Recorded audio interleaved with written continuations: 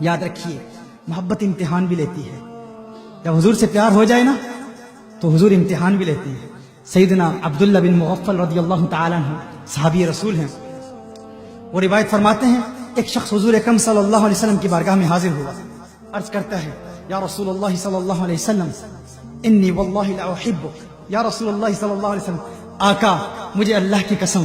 مجھے آپ سے پیار ہے. حضور نے فرمایا انظر ماذا تقول, دیکھ لے تو کیا کہہ رہا ہے, دیکھ لے تو کیا کہہ رہا ہے. اس نے پھر کہا یا رسول اللہ صلی اللہ علیہ وسلم انی واللہ لا احبک, ہے آقا مجھے اللہ کی قسم مجھے آپ سے پیار ہو چکا ہے. حضور نے فرمایا انظر ماذا تقول, دیکھ تو کیا کہہ رہا ہے. اس نے پھر کہا یا رسول اللہ صلی اللہ علیہ وسلم انی واللہ لا احبک, یا رسول اللہ صلی اللہ علیہ وسلم مجھے اللہ کی قسم مجھے آپ سے عشق ہو گیا ہے, آپ سے محبت ہو گئی ہے. حضور اکرم صلی اللہ علیہ وسلم نے ارشاد فرمایا اگر تجھے مجھ سے پیار ہو گیا ہے اعد للفقر تجفافا فإن الفقر اسرع الى من يحبني من السيل الى منتهى. حضور اکرم صلی اللہ علیہ وسلم نے ارشاد فرمایا اگر تجھے مجھ سے پیار ہو گیا ہے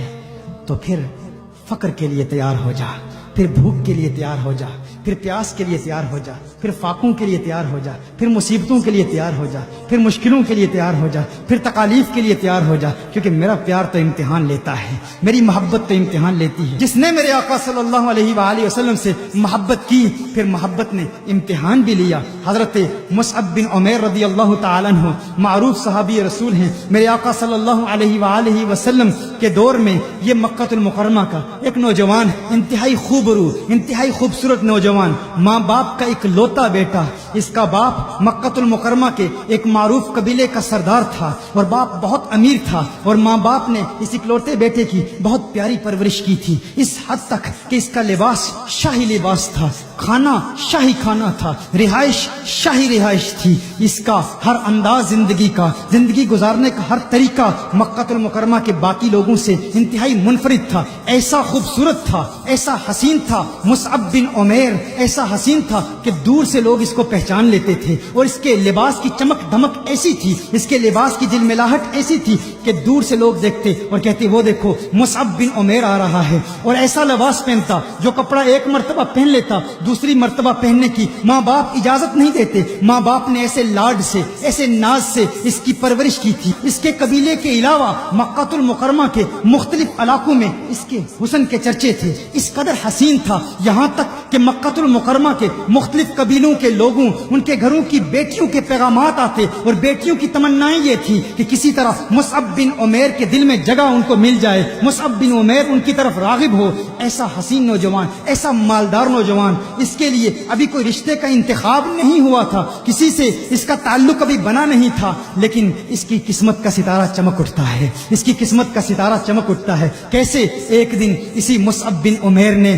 کونین کے والی کو دیکھ لیا, اسی مصعب بن عمیر نے حضور اکرم صلی اللہ علیہ وسلم کے حسین مکھڑے کو دیکھ لیا, اسی مصعب بن عمیر نے چہرہ والضحیٰ کو دیکھ لیا, والفجر کے گالوں کو دیکھ لیا, واللیل کی زلفوں کو دیکھ لیا, طٰہٰ کی تجلیوں کو دیکھ لیا, یاسین کی چمک والے حسین دانتوں کو دیکھ لیا, آقا کے حسن کو دیکھ لیا, اور اپنا دل آقا کے حوالے کر دیا. آقا کا دیوانہ ہو گیا. اس کے والدین غیر مسلم تھے, یہ غیر مسلم تھا. آقا کی بارگاہ میں حاضر ہوتا ہے, کونین کے والی صلی اللہ علیہ وسلم کی بارگاہ میں حاضر ہوتا ہے, عرض کرتا ہے یا رسول اللہ صلی اللہ علیہ وسلم غلامی کا پٹا میرے گلے میں ڈال دیجئے, مجھے قبول کر لیجئے, مجھے اپنا غلام بنا لیجئے. آقا نے مصعب بن عمیر کو کلمہ پڑھایا, مصعب بن عمیر نے کلمہ پڑھا, مسلمان ہو گیا. ایمان لانے کے بعد یہی مصعب بن عمیر اپنے والدین کے پاس جاتا ہے. اب والدین کی محبتیں مصیبتوں میں بدل جاتی ہیں, اب والدین کی محبتیں نفرتوں میں بدل جاتی ہیں. وہ والدین جو پیار کیا کرتے تھے, وہ والدہ جو اس کی جدائی برداشت نہیں کر سکتی تھی,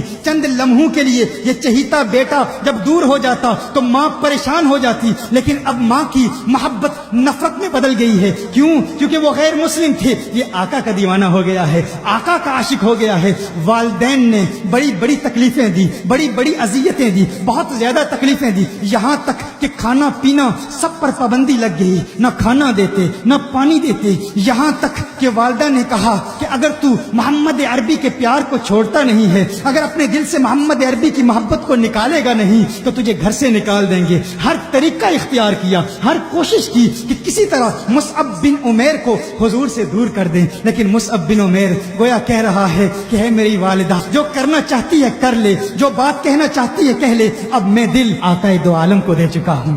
اپنا دل کونین کے والی کے حوالے کر چکا ہوں۔ وہ وقت بھی آتا ہے، ماں نے ایک ترکیب بنائی، ماں نے کہا ہم ایسا کام کرتے ہیں، چونکہ میرا چہیتا بیٹا ہے، میں نے ہی اس کی پرورش کی ہے، میں نے ہی اس کو پالا ہے، ماں نے کہا کہ اس کو اس طرح تکلیف دیتے ہیں، ماں نے کہا کہ آج کے بعد میں کھانا نہیں کھاؤں گی، میری تکلیف دیکھے گا، میری بھوک دیکھے گا، میری پیاس دیکھے گا، میری بھوک اور پیاس دیکھ کر محمد عربی کا ساتھ چھوڑ دے گا، اسلام کو چھوڑ دے گا۔ لیکن اس نے کہا ہے میری ماں تو کھانا نہیں کھاتی تو نہ کھا، میرے دل میں تکلیف تو ہے، مجھے پریشانی تو ہے میری ماں، تجھ سے محبت تو کرتا ہوں، لیکن ہے میری ماں تجھ جیسی ہزاروں مائیں کالی کملی والی سرکار پہ قربان، کونین کے والی پر قربان، آقائے دو جہاں پر قربان۔ وہ وقت بھی آیا کہ جب ماں باپ نے فیصلہ کر دیا کہ ہم اپنے اس بیٹے مصعب بن عمیر کو اپنے گھر سے نکال دیں گے، ماں باپ نے مصعب بن عمیر کو گھر سے نکال دیا، پہننے کے کپڑے بھی مصعب بن عمیر سے چھین لیے گئے، یہاں تک کہ مصعب بن عمیر نے ارادہ کیا مکہ المکرمہ سے یہی مصعب بن عمیر